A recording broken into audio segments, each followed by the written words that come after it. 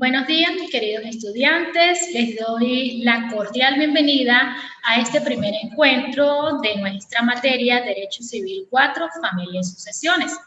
Debido al tema pandemia, pues hemos tenido que hacer nuestros encuentros de manera virtual para poder retroalimentar los conocimientos que tenemos en cuanto a la materia y para poder llevar de manera virtual la información que tengo para otorgarles en esta hermosa materia. Es una materia muy bonita que tiene que ver con el ser humano, que está intrínsecamente unido a lo que es uno de los elementos más esenciales que vamos a encontrar a lo largo de nuestra vida, que es ese seno tan importante como es el seno de la familia.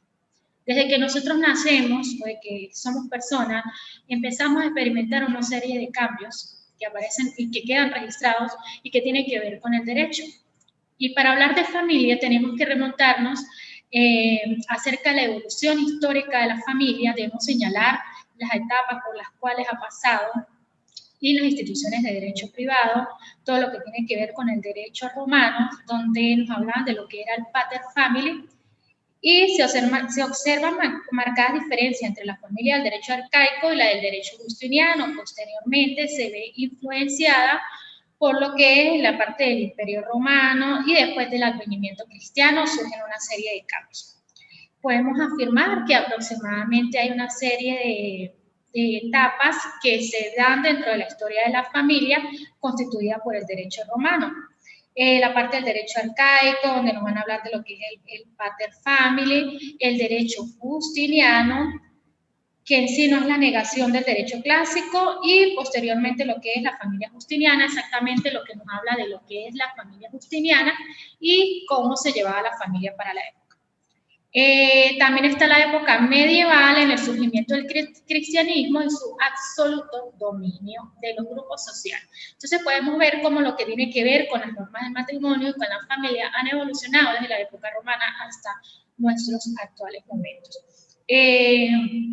Podríamos ver lo que era para los momentos las clases de familia que ellos manejaban, que esto, bueno, se lo voy a dejar a ustedes para que lo revisen detalladamente, porque es un tema bastante largo, bastante extenso, y vamos a hablar de lo que es exactamente, o lo que es para nuestros días, la familia, que es la célula fundamental de la sociedad y que es considerada uno de los elementos más fundamentales del ser humano.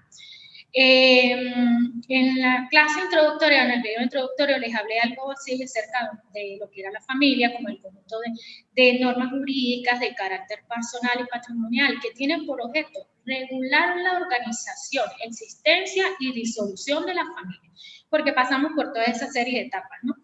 La organización, la existencia, la disolución y establecer reglas acerca de los bienes de la sociedad conyugal y la transmisión de estos a los descendientes. En este caso, pues en el momento en el que se constituye como tal una familia, pues se crean una serie de derechos que van a ser transmitidos a través a los terceros. Entonces es importante que veamos lo que es la importancia de esta, y que no está regulada, la familia no está regulada solamente por el derecho, que es lo que nosotros vemos desde el punto de vista, sino que en ella influyen la religión, ¿sí? Por eso vamos a encontrar siempre la religión influyendo y ha influido a lo largo de toda la historia, la moral, que va muy intrínsecamente pegada allí, y las costumbres, ¿sí? De allí vamos a ver cómo cada uno de estos elementos están relacionados con lo que es la familia y con lo que podemos hablar de lo que es el concepto de familia. La familia, el tema familia dentro de nuestra estructura legal vamos a encontrarlo dentro de lo que es nuestro Código Civil del año 1982. Allí ustedes van a encontrar todo lo que es relacionado con el tema de familia. Yo les sugerí, iniciando el semestre, que trabajaran con un manual universitario de Sojo Bianco. Es un manual buenísimo en el que pueden encontrar toda la temática que vamos a ver a lo largo del semestre. Para hablar de familia tenemos que hablar de lo que es el derecho de familia. Dice que el derecho de familia son todas aquellas normas que regulan la familia como institución. Son más que jurídicas, normas de inspiración y contenido esencialmente ético, por cuanto nacen y se nutren de aquellos sentimientos afectivos que animan a los integrantes del grupo familiar Y es así como se establecen disposiciones de contenido personal que se refiere a la unión del hombre y de la mujer, en este caso cuando se da el matrimonio, y a los efectos de la procreación, lo que tiene que ver con la parte de la filiación, entre otros también de contenido patrimonial que van relacionados directamente con el tema de familia. Encaminados a disciplinar lo relativo a los bienes comunes o los bienes que se adquieren durante el matrimonio o que la persona tiene antes del matrimonio. Podríamos citar por aquí a Bonnie Case, que nos habla como el conjunto de normas jurídicas, tanto de carácter personal como patrimonial, porque está la parte jurídica y la parte patrimonial, que de manera exclusiva y principal o accesoria, directa o indirectamente, se refiere a la organización de la vida y a la disolución de la familia. En cuanto cabe destacar que la familia no está regulada solamente por el derecho, sino que en ella influyen lo que les dije hace rato, la religión, la moral, las costumbres y los buenos principios y otros conjuntos de reglas que van relacionados directamente con el tema de las tradiciones. Entonces, bueno, dentro del derecho de familia vamos a encontrar que es la última materia que se ve dentro del derecho civil, que está relacionado directamente con derecho civil 4, vamos a encontrar que la familia tiene una serie de características o caracteres que son importantes estudiarlas. El primero de ellos es la limitación al principio de la representación. Mientras en los otros campos del derecho privado, el titular del derecho puede delegar en un tercero el ejercicio de ese derecho mediante un poder, como en muchos casos lo podemos hacer, en el derecho de familia esta facultad está limitada. Lo permite en algunos casos mediante un poder especial. Otra de las características es que no es permisible la modalidad del sometimiento a condición o a término. En el derecho de familia, por el contrario, por ser los actos jurídicos en su gran mayoría generadores de estados y condiciones personales, no puede admitirse la modalidad de términos o condiciones para su vigencia. Y solo en casos excepcionales, especialmente dentro del campo patrimonial, se permite la declaratoria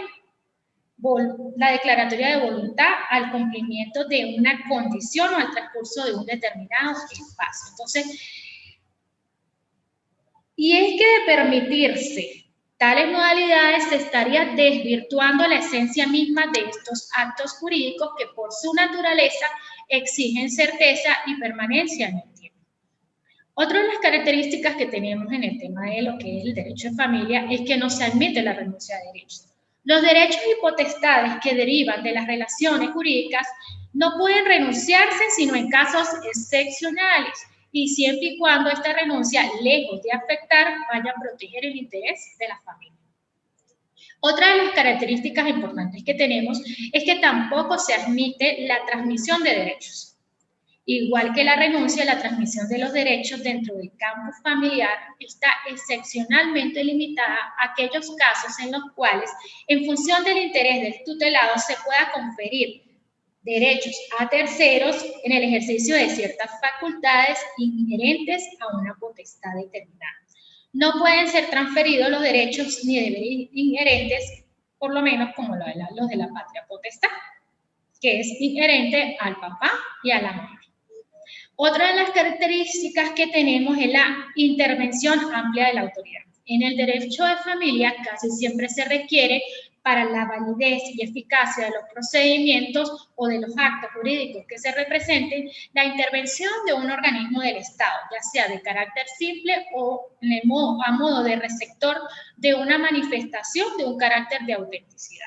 Entonces sabemos que en la mayoría de los casos, para que estos actos tengan validez, deben pasar casi siempre por organismos del Estado para tener carácter o validez jurídica. Otra de las características que vamos a encontrar es la correlatividad de los deberes con las potestades o poderes que crean. Los derechos que se crean tanto para conferir potestades, no solamente para conferir potestades, sino para imponer deberes, lo que se demuestra en el hecho de que tanto no es admisible la renuncia del poder o del derecho por la sola voluntad de su titular, que puede ser privado al no cumplir las obligaciones que le conciernen. En la Ley Orgánica de Protección de Niña, Niña y Adolescente tenemos algunas cosas que tienen que ver con esto. Por otra parte, para continuar hablando de lo que es el tema de familia, Aquí teníamos los caracteres de lo que estamos hablando, lo que es la correlatividad de los deberes.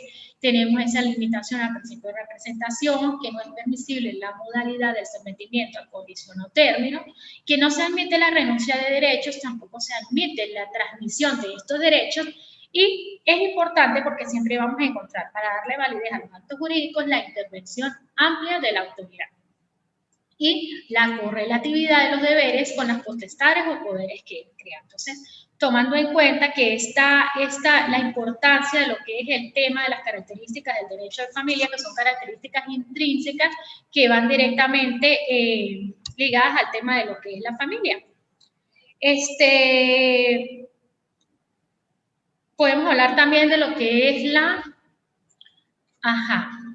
Dice por aquí, el derecho de familia se divide en 3 grandes grupos. La primera tiene que ver con la celebración del matrimonio, las formalidades para la celebración como tal, lo que se debe hacer antes, previo al matrimonio, y la celebración del matrimonio como tal.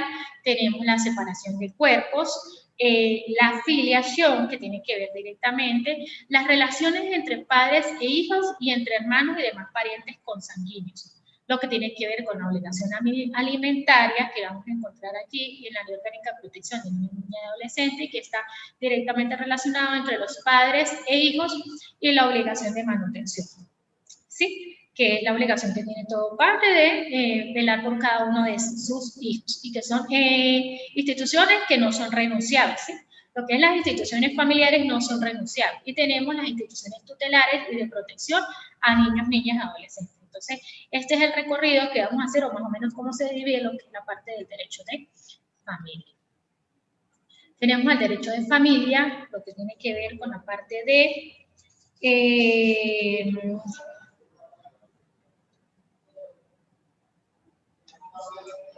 aquí vamos a tener 2 divisiones que tienen que ver en la parte del derecho de familia con el derecho personal familiar y el derecho patrimonial familiar, que va íntimamente relacionado con el tema económico. Entonces, aquí podemos ver el tema de cómo se va a llevar el régimen de administración de los bienes dentro del matrimonio. Aquí tenemos lo que es la estructura de familia. En el derecho romano, porque vamos a hablar acerca de lo que es la estructura de la familia, en el derecho romano fue el parentesco el fundamento de la estructuración familiar, y al caso cabe recordar que primero se tuvo en cuenta el vínculo de la agnación, es decir, el nexo que unía a todos los miembros de la familia bajo la férrea potestad del pater familias. Y posteriormente vino la cognación, o sea, el vínculo natural derivado del nacimiento, conforme a los nexos que existían entre todas las personas que llevaban la misma sangre. Entonces, como parte de la historia de lo que hemos visto, lo que tiene que ver con el derecho romano, con el derecho de familia, porque pues recordemos que nuestra historia, nuestro derecho viene del derecho romano. Para hablar de familia tenemos que hablar de consanguinidad. Por aquí tengo primero parentesco, pero vamos a hablar primero de parentesco. Vamos a definir lo que es el parentesco, que sí, pues es la base y centro de toda la estructura familiar, abarcando, por supuesto, también el vínculo conyugal, que aunque no aparece regulado en nuestro Código Civil como parentesco propiamente, a diferencia de otras legislaciones, es, por así decirlo, el eje y centro de toda la estructura familiar. También lo podemos definir como el lazo que existe entre dos personas que descienden la una de la otra, o ambas de un tronco común, y entre aquellas que expresamente señala la ley. Es el lazo permanente que existe entre dos personas por tener una misma sangre o como consecuencia de un acto reconocido por la ley. Entonces, pues, también nos dice que es el lazo que liga a quienes tienen el vínculo de sangre por descender el uno del otro o por tener un autor en común. Es el llamado parentesco por consanguinidad. El otro es el vínculo que por efecto de ley se crea entre un cónyuge y los parientes consanguíneos del otro, denominado parentesco por afinidad. Entonces ya tenemos el parentesco y vamos a tener el parentesco por afinidad y el parentesco por consanguinidad. Para definir lo que es la afinidad, Dice que es una especie de parentesco y la contempla el Código Civil venezolano en su artículo 40 cuando dice: la afinidad es el vínculo entre un cónyuge y los parientes consanguíneos del otro. Tenemos la afinidad. Aquí nos habla en el artículo 40 del Código Civil como el vínculo entre un cónyuge y los parientes consanguíneos del otro. Evidentemente, para que surja este vínculo de afinidad, al mismo tiempo es necesaria la existencia del matrimonio y del parentesco de consanguinidad de uno de los cónyuges con otras personas, por lo que esta clase de parentesco no se crea entre los parientes consanguíneos de un cónyuge y los parientes también consanguíneos del otro cónyuge.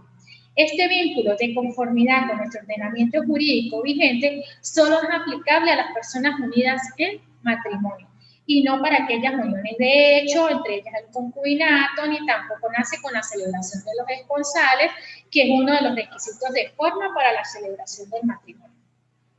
Para poder entender la afinidad, estaríamos hablando de lo que son los grados y las líneas. Vamos a hablar también de lo que es la consanguinidad, que en nuestro Código Civil, en el artículo 37, el parentesco por consanguinidad es la relación que existe entre las personas unidas por el vínculo de sangre. El parentesco por consanguinidad puede derivar de una unión matrimonial o extramatrimonial y se distingue el de vínculo sencillo y el de doble vínculo, entendiendo el primero como el que existe entre los descendientes de un mismo padre y de madre distinta o viceversa. Entonces, en este caso, los descendientes de un mismo padre y de madre distinta o viceversa. Y el doble es el que une a quienes descienden de padres y madres comunes. Hablaríamos de tres grupos, o se hablaría de tres grupos de hermanos, ¿sí? Hablaríamos de lo que es los hermanos consanguíneos, que son aquellos hijos de un mismo padre y de distinta madre. Estaríamos hablando de los uterinos, que son los hijos de una misma madre y de distintos padres. Y los hermanos, que son los de vínculo doble, o sea, de padre y madres comunes. Entonces, para poder entender un poquito, cuando hablamos de lo que es este parentesco de consanguinidad. La adopción crea parentesco entre el adoptado o adoptada y los integrantes de la familia del adoptante. Otra opción es que él o la adoptante y él o la cónyuge de la persona adoptada también crea parentesco. También se crea parentesco entre él o la adoptante y la descendencia futura de la persona adoptada. También se crea parentesco entre él o la cónyuge de la persona adoptada y los integrantes de la familia del adoptante. ¿Sí? Entonces, algo también importante para saber es que la adopción extingue el parentesco del adoptado con los integrantes de la familia de origen. Entonces, cuando se produce el proceso de adopción, el niño es dado una adopción, extingue ese parentesco de ese niño adoptado con su familia de origen. ¿Sí? Para poder tener claro en sí qué es cada uno de todo lo que tiene que ver con la parte del parentesco. También tenemos algunos efectos del parentesco que confiere derechos, impone obligaciones y crea incapacidades. También tiene que al padre y la madre, cuando se le otorga la titularidad de la patria potestad sobre sus hijos menores no emancipados, tenemos el artículo 349 del OMA, o el derecho que tienen los niños y adolescentes de conocer a sus padres y ser cuidados por ellos, artículo 25 del OMA, y el derecho que tienen los padres de dar alimento a sus hijos, como le establece el artículo 284 del Código Civil venezolano. La Ley Orgánica para Protección de Niños, Niñas y Adolescentes, en el artículo 365 y 366, se conoce como obligación de manutención y el derecho de suceder a sus descendientes. Entonces, ahí podemos ver cómo esos efectos que produce lo que es la parte del parentesco. También tenemos la disolución o extinción del parentesco. ¿Cómo se disuelve el parentesco? Dice el artículo 427 de la Ley Orgánica de Protección de Niños, Niñas y Adolescentes, dice, la adopción extingue el parentesco del adoptado o adoptada con los integrantes de su familia, para que tengan presente el artículo. Y también, finalmente, podemos citar también en los casos señalados en el artículo 65 del Código Civil, que permiten al juez de primera instancia el efecto del impedimento para contraer matrimonio. Aquí toda la parte de lo que tiene que ver con la parte de impedimentos. se extingue, cabe destacar que podemos ver la división de lo que es el parentesco por consanguinidad y el parentesco por afinidad en nuestro derecho. Y tenemos lo que es la parte de afinidad. También vamos a hablar de lo que son las líneas y los grados, ¿sí? Que podemos establecer dentro de lo que es la línea recta, la línea colateral,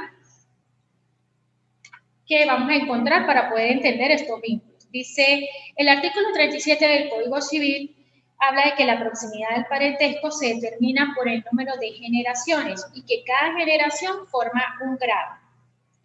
Nos podríamos preguntarse, ¿qué debe entenderse por generación? ¿En qué consiste y cómo se determina esta sumisión? Hay dos conceptos sobre el término que conviene aclarar.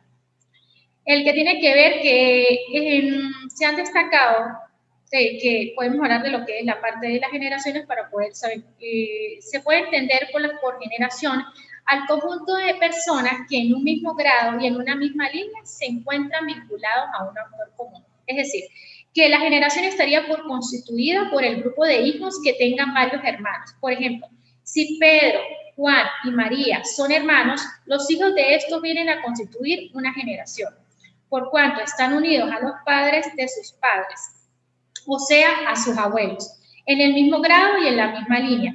De igual manera, cuando los hijos de Pedro, Juan y María tengan hijos, a su vez todo el conjunto de estos vendría a formar otra generación, que igualmente estaría vinculada a los padres de sus abuelos, o sea, a sus bisabuelos en el mismo grado y en la misma línea. Entonces, el grado de parentesco entonces viene dado por la distancia existente entre dos parientes, sea directamente o a través de un autor común. Ello por cuanto el parentesco va de padres a hijos y a nietos o viceversa, cada generación forma un grado. Pero si los parientes no descienden el uno del otro para determinar los grados, deben contarse las generaciones que les separan, ascendiendo primero de la persona de que se trata el autor común y luego descendiendo hasta el otro pariente con quien se quiere hacer el común. Hay que hacer estas diferencias cuando se quiere computar lo que es el tema de los grados. Para explicar el concepto de línea, el parentesco como se sienta en nuestro Código Civil, la serie de grados forma la línea, en la cual deben distinguirse dos clases. La línea recta, que es la formada por la serie de grados entre personas que descienden unas de otras y que puede ser ascendente o descendente, siendo la primera la que liga a una persona con aquellos de cuales desciende, y la descendente la que liga al autor con los descendientes de él. Es la línea colateral, la serie de grados entre personas que tienen un autor común, sin descender unas de otras. Veamos el siguiente gráfico, ahí aparece un gráfico, y se lo voy a colocar en el material de lo que es la línea recta, la parte colateral y la parte, para que ustedes puedan entender lo que son los grados de la línea recta. Esto es importantísimo manejarlo, especialmente para el tema de sucesiones, porque cuando vamos a desarrollar el tema de sucesiones o cuando se nos presenta una situación en la que tenemos que definir la parte sucesoral, es importantísimo manejar los grados y manejar las líneas rectas y la parte colateral, la línea ascendente y descendente, para poder saber realmente cómo puede ser repartida una determinada herencia. Esto es un tema bonito, un tema, podríamos decir que en algún momento complicado, pero es importante manejar. Y para terminar este tema de lo que tiene que ver con la parte de la afinidad y con la parte de lo que es la parte de la consanguinidad, podemos entender que ese parentesco de afinidad o de consanguinidad lo encontramos en nuestra legislación, en nuestro Código Civil, y que el de afinidad, pues, es el que tiene que ver con el vínculo entre un cónyuge y los parientes consanguíneos de otro. Y el de consanguinidad, pues, el vínculo que viene dado por el tema de la sangre. Hay otro tema importante para tratar, que es el tema de la adopción. Ese tema lo vamos a tratar qué es lo que tiene que ver con el tema de adopción. Ya les adelanté algunas cosas relacionadas con eso, donde nos habla acerca de lo que es el tema de adopción y cuál es la importancia de este tema, cómo viene dado, cuáles son sus tipos y cómo podemos ver ese tema dentro del proceso del derecho de familia, que son temas que vamos a encontrar a lo largo. Lo más común que vas a encontrar es una persona que te diga que fallecieron sus padres o que falleció su hermano y que va a ser una partición. Entonces es importante que podamos identificar acerca de lo que es este tema de lo que es la división de la parte sucesoral. ¿Sí? Vamos a hablar acerca de otro tema que tiene que ver con la parte de la adopción. Sí, hace rato les comentaba que la adopción extingue el parentesco del adoptado con los integrantes de su familia de origen, ¿verdad? Para entender lo que es la adopción, podríamos hablar de que la adopción es una institución de protección que tiene por objeto proveer al niño o adolescente apto para ser adoptado de una familia sustituta, permanente o adecuada. La adopción se entiende, o Venezuela se adhiere en el término de adopción a las más modernas corrientes en materia de adopción. Venezuela ve en esta el medio idóneo de proporcionar auxilio y protección a la infancia abandonada. La adopción de mayores solo se produce en casos especiales y contempla dos tipos de adopción, la adopción nacional y la adopción internacional. La adopción contempla dos tipos de fases en nuestro derecho. Existen unas características, existen unas condiciones para poder tener derecho a adoptar o para poder adoptar. En la Ley Orgánica de Protección de Niños y Niñas Adolescentes contempla los varios tipos de adopción, contempla la adopción nacional y la adopción internacional. El artículo 407 de la LOGNA nos habla de la adopción nacional y de la internacional, siendo la internacional subsidiaria de la nacional. Solo puede ser solicitada por quienes residan en el país. La adopción internacional tiene lugar cuando el niño o el adolescente, al ser adoptado, tiene su residencia habitual en un estado o país. También tenemos lo que es la parte de lo que es la adopción conjunta. Dice que se habla de adopción conjunta o individual cuando se hace referencia a los sujetos activos de la adopción. En ese sentido, la LOGNA en su artículo 411 establece que la adopción será conjunta cuando es solicitada por cónyuges no separados legalmente, por parejas conformadas por un hombre y una mujer que mantengan una unión estable de derecho que cumplan con los requisitos establecidos por la ley. La adopción es individual cuando el sujeto activo o solicitante es una sola persona, hombre o mujer, independientemente de su estado civil y siempre que tenga capacidad para adoptar. También esta norma nos expresa que la adopción debe ser plena, entendiendo por esta la que le confiere al adoptado la condición idéntica a la de un hijo del adoptante y crea vínculos de parentesco entre aquel y los miembros de la familia de este y también entre el cónyuge y los descendientes del adoptado de la familia del adoptante. También tenemos lo que es la adopción sencilla y la adopción múltiple. En consideración a lo que es el sujeto pasivo, se distingue únicamente dos clases de adopción. Cuando es solo un candidato a ser adoptado, es la adopción sencilla, y cuando son varios, será la adopción múltiple, siempre que sean adoptados en un mismo acto.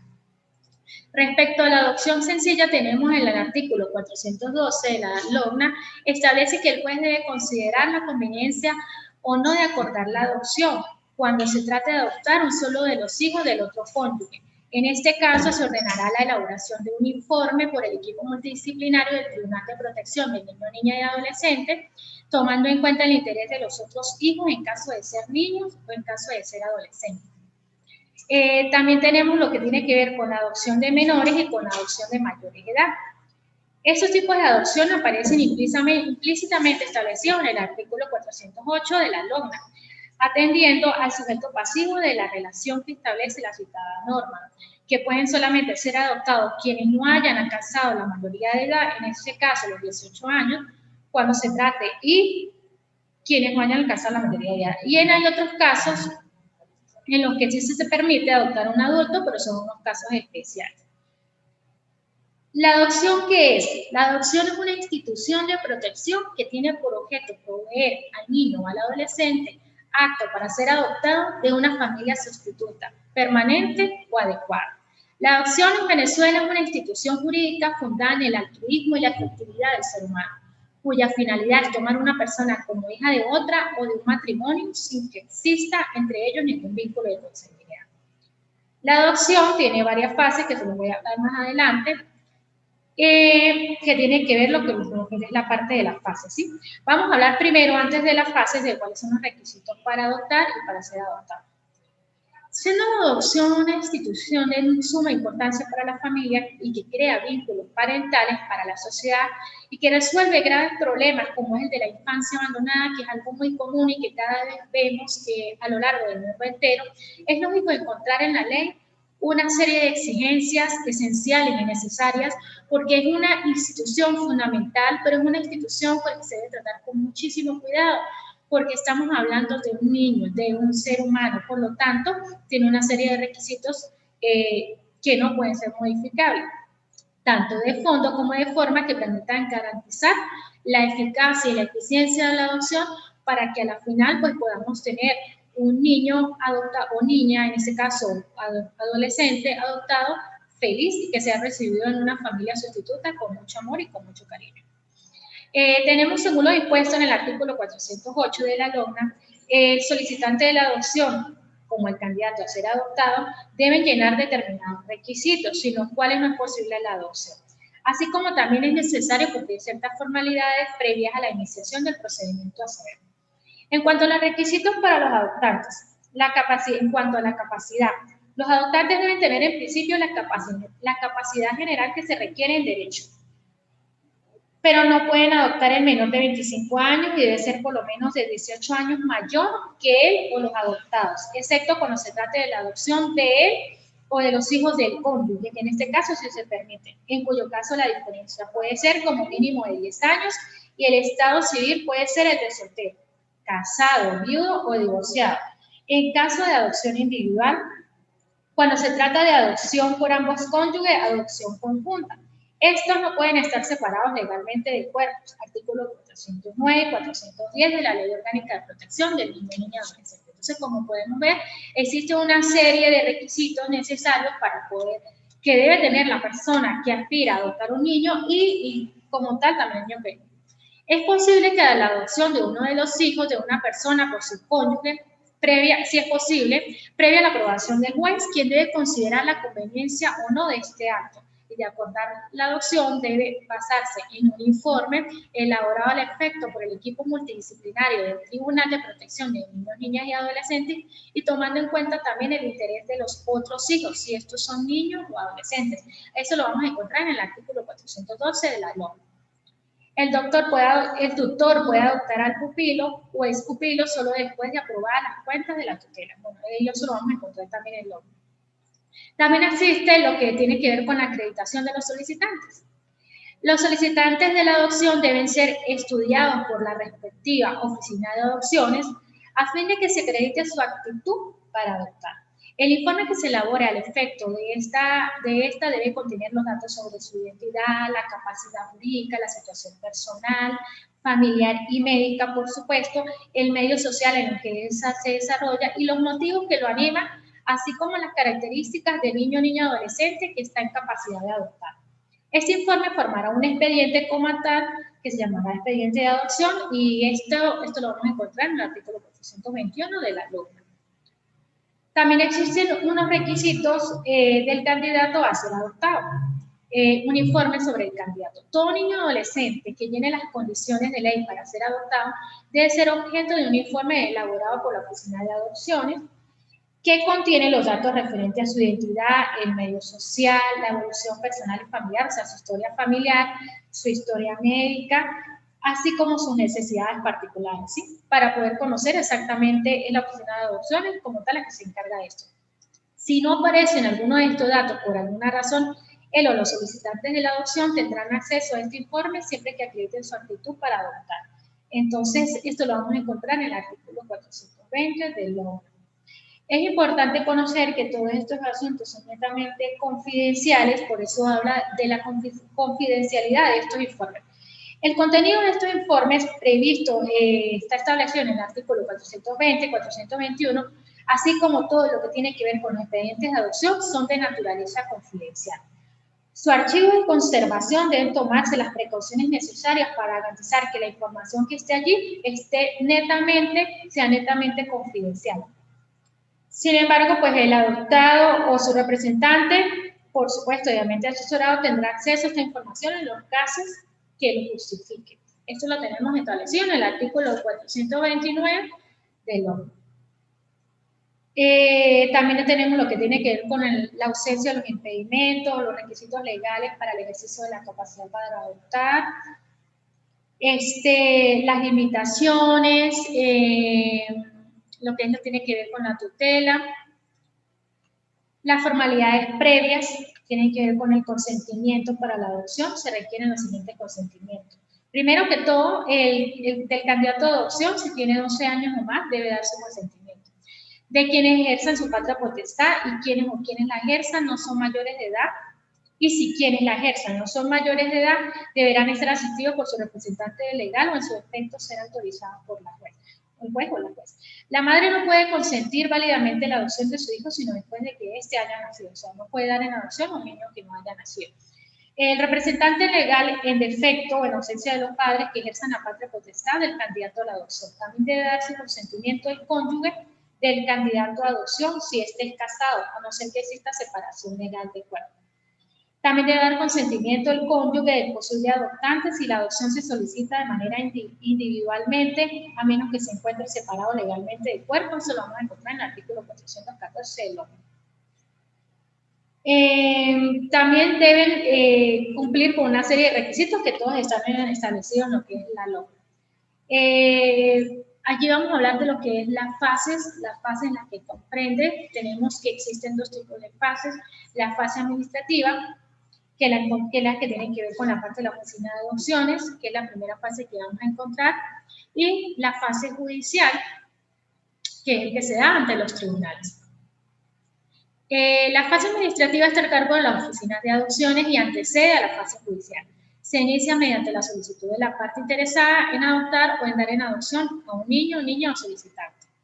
Esta fase administrativa comprende una serie de pasos extrajudiciales que persiguen el control y la eficacia de este procedimiento.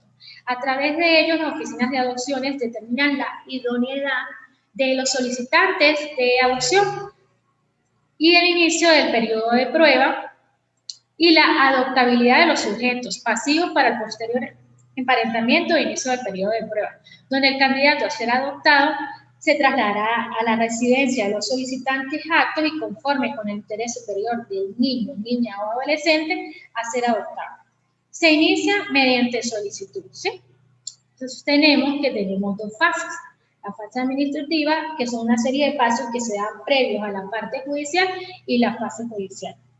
Dice que la fase judicial, después de iniciado el periodo de prueba, se presentará al juez de mediación correspondiente a la solicitud y se notificará en el mismo acto al Ministerio Público. Terminado el periodo de prueba, los informes serán enviados al juez de juicio y se realizará la audiencia de juicio, que la tenemos allí en lo que es la parte del 498 del OMS. En cuanto a la adopción nacional, tenemos que para dar en adopción debe ser realizado por ambos progenitores o por cada uno de ellos cuando exista un representante legal. Dice que para adoptar la solicitud debe ser hecha por los aspirantes en forma verbal ante la oficina de adopciones y debe ser recogida por un funcionario en un formulario, hacerlo por escrito, donde debe suscribir a los solicitantes con la solicitud. Se debe acompañar, por supuesto, la documentación necesaria o probatoria prevista en el artículo 421 del OMS. Mediante requerimientos formulados por el juez de mediación y sustanciación a la respectiva oficina estatal de adopciones con el fin de que deban o estén en concordancia con las necesidades de la niña o el adolescente que se encuentre en colocación familiar, en familia sustituta o en entidad de atención para proceder al acto de adoptabilidad. Hablamos de que existen dos tipos de adopciones, la nacional y la internacional. Es importante, la LOM establece dos categorías de informes según su naturaleza. Un informe es en caso de que los niños y adolescentes se encuentren en programas de colocación familiar o familia sustituta o en entidades de atención. En ese caso, los jueces de mediación y sustanciación o las entidades de atención y los responsables de los programas de colocación familiar o familia sustituta, en su caso, deben suministrar a la oficina de adopciones el correspondiente informe cada 3 meses acerca de la situación en que se encuentran esos niños. El objetivo es determinar la celeridad para poder realizar la adopción. Entonces, existe otro tipo de informe que es el informe de adoptabilidad. Las oficinas de adopciones son los únicos órganos para determinar la condición de adoptabilidad o no. psicosocial, legal del niño o adolescente susceptible de ser adoptado. La mencionada oficina debe analizar los informes integrales elaborados por las entidades de atención y los responsables de la colocación familiar o en familia sustituta, incluyendo la documentación respectiva. Estos informes no son vinculantes entre sí, eso lo vamos a encontrar en el artículo 493 del OCNA. Entonces, con esto, pues, podemos verificar la importancia de lo que es la institución de la adopción en nuestra normativa vigente y algo muy importante, la idoneidad que debe tener la persona para poder adoptar. Dice que se evaluará la solicitud de la persona y los recargos que la acompañan. Se iniciará el proceso de evaluación biopsicológica a través del equipo interdisciplinario del tribunal. Es importante que también ellos deben asistir a los cursos de orientación y formación familiar de familias sustitutas en la modalidad de adopción nacional e internacional.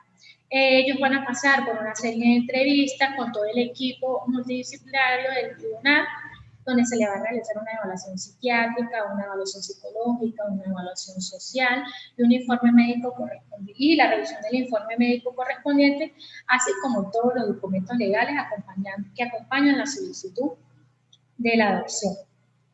Es importantísimo porque el tema de adopción es un tema muy delicado. Recordemos que estamos hablando de seres humanos, de niños, y que es un tema muy delicado. Cuando el niño cuando se pase todo ese proceso que tiene que ver con la parte judicial, que inicia con el periodo de prueba, surgen una serie de situaciones que se van a presentar allí. Dice que al terminado el periodo de prueba y de los informes de seguimiento, de valoración e incorporación al expediente, el juez de mediación y sustanciación remitirá todo lo actuado al juez de juicio. El juez de juicio, al recibir el expediente, fijará por autoexpreso la oportunidad para que tenga lugar la audiencia de juicio, dentro de un plazo no mayor de 10 días ni menor de 30 días. Siguiente es aquel en que conste la fijación en auto, ¿sí? La audiencia de juicio la presidirá el juez y será reservada. Solo pueden asistir las personas o organismos que tengan interés en la adopción. El Ministerio Público, la correspondiente oficina de adopciones, las personas autorizadas, por supuesto, para consentir la adopción. Es importante saber que de ser aprobado, de ser consentida como tal, de darse el decreto de adopción, de inmediato se procede, el juez remitirá una copia certificada del decreto de adopción al correspondiente registro civil donde se encuentra el acta de nacimiento del niño o del adolescente para que se estampe la nota marginal que debe decir adopción plena. Dicha partida queda sin efecto legal mientras subsista la adopción, salvo para la comprobación de impedimentos matrimoniales, de acuerdo con lo previsto en el artículo 428 del ONU. Es importante saber que él va a tener una nueva acta de nacimiento con los apellidos de sus nuevos padres. Entre los efectos de la adopción tenemos que confiere al adoptado la condición de hijo o hijo del adoptante, crea parentesco entre el adoptado y los integrantes de la familia del adoptante, entre el cónyuge del adoptado y entre el adoptante y la descendencia futura de la persona adoptada. La adopción extingue el parentesco entre el adoptado y los integrantes de su familia ordinaria o de su familia original, pero dice que la adopción no extingue los impedimentos matrimoniales que existen entre el adoptado y los integrantes de su familia de origen. La adopción tiene carácter irrevocable, de aquí la importancia de que los solicitantes o los llamados a opinar y a consentir comprendan la importancia y la trascendencia de esta institución, por lo que deben actuar con responsabilidad en aras de una vida plena y el interés superior del adoptado, en este caso el interés superior del niño. También existen unas causales por las que se puede establecer la nulidad de la adopción, que las vamos a encontrar en el artículo 509 del OCNA, donde cómo puede declararse la nulidad de la adopción cuando se cree.